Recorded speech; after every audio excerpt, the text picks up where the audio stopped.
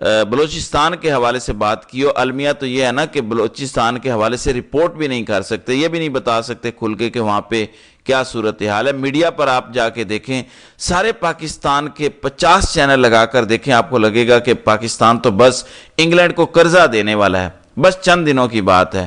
یہ امریکہ کی کیا اوقات ہے، ڈونلڈ ٹرمپ چند دنوں بعد کٹورا لے کر آئے گا اور کہے گا کہ ہمیں بھیک میں اتنے ڈالر دے دو، ایسے لگتا ہے۔ بہرحال سوشل میڈیا کسی حد تک آپ تک خبریں پہنچا رہا ہے۔ پھر بڑے لوگوں کی خواہش تھی کہ سب کو تمغے مل گئے، سب کو جو سرٹیفائیڈ چور، اچکے اور ڈاکو تھے انہیں بھی اسٹیبلشمنٹ نے جن کی فائلیں دکھائیں، جن کے بارے میں کہا کہ ان کے خلاف ڈاکومنٹڈ پروفز ہیں، کچھ لوگوں کی خواہش تھی کہ قاضی فائزی صاحب کو بھی تمغہ دیں، سکندر سلطان راجہ کو بھی دیں، وہ ویل ڈیزروڈ ہیں۔ تو آج تمام پاکستانیوں کی خواہش پوری ہوئی ہے، کیونکہ مختلف سرکاری ملازمین اور فوج کے لوگوں کو تمغے دینے کا دن تھا، تو چیف کلیکٹر صاحبہ سکندر سلطان راجہ کی اہلیہ رباب سکندر کو بھی تمغہ امتیاز سے نوازا گیا، لہٰذا اب پڑ گئی ٹھنڈ، اب سب کی خواہش پوری ہو گئی۔ پھر پی ٹی آئی والے آپس میں لڑ رہے ہیں، جب اتحاد کی بات ہو رہی ہے تو یہ آپس میں لڑ رہے ہیں، اور آج جو کچھ اسلام آباد ہائی کورٹ میں ہوا، ویسے تو آئین پاکستان کا نام لینا بھی مذاق ہی ہے، آئین کے اندر ہے فریڈم آف سپیچ، بنیادی حق ہے کسی کا بولنا، یہ جو اللہ نے زبان دی ہے نا، اس کا پازیٹیو استعمال کرنا، یہ نہیں کہ آپ شر پھیلائیں، مناسب گفتگو آپ کا حق ہے۔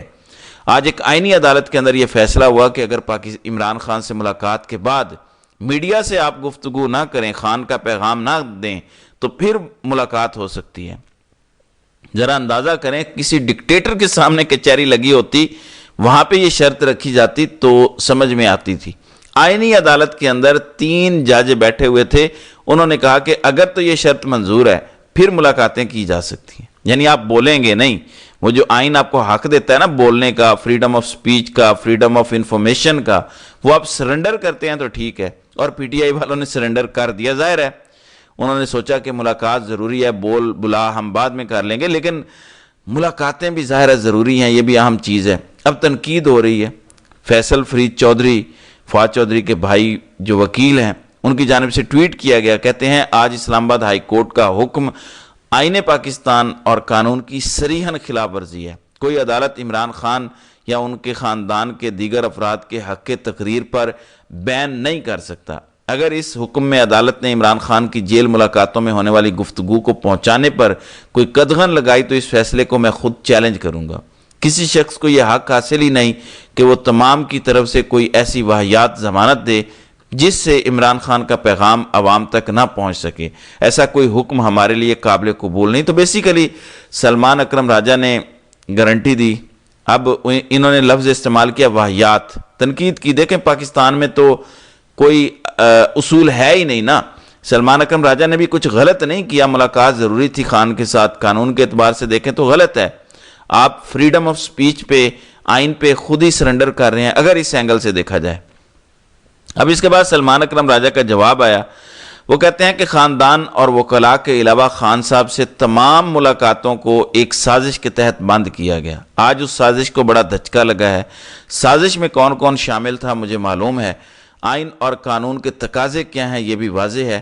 سازشی آج افسردہ ہیں، مجھ پر ان کا حملہ بنتا ہے۔ تو یہ بیسیکلی ڈھکے چھپے الفاظ میں تنقید کی ہے فیصل فرید چودھری نے بھی، اور ڈھکے چھپے الفاظ کے اندر ہی سلمان اکرم راجہ نے اس کا جواب دیا ہے۔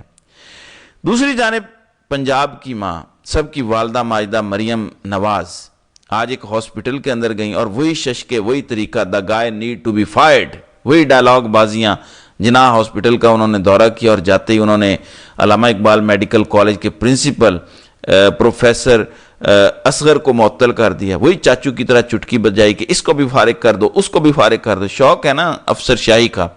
پھر اسلام آباد ہائی کورٹ سے ایک بڑی خبر آئی ہے، 190 ملین پاؤنڈ جس میں عمران خان اور بشرا بی بی کو سزا بھی ہوئی اور جیل میں ہیں۔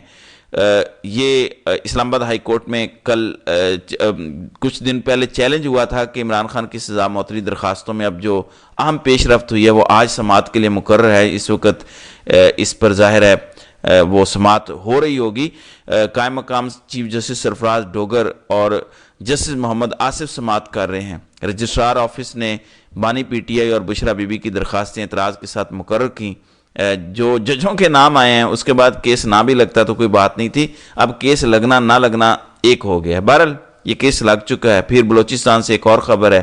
بلوچ یکجہتی کمیٹی کی رہنما سیمی دین بلوچ اور لالا وہاب بلوچ کو پولیس نے حراست میں لے کر نامعلوم مقام پر منتقل کر دیا ہے۔ کوئٹہ سے 2 کم سن لڑکیوں کو پاکستانی خفیہ اداروں کے اہلکاروں نے جبری طور پر لاپتہ کر دیا، یہ بھی بلوچستان سے خبر آ رہی ہے۔ تو یہ اس وقت صورتحال ہے، اللہ اس ملک پر رحم کرے۔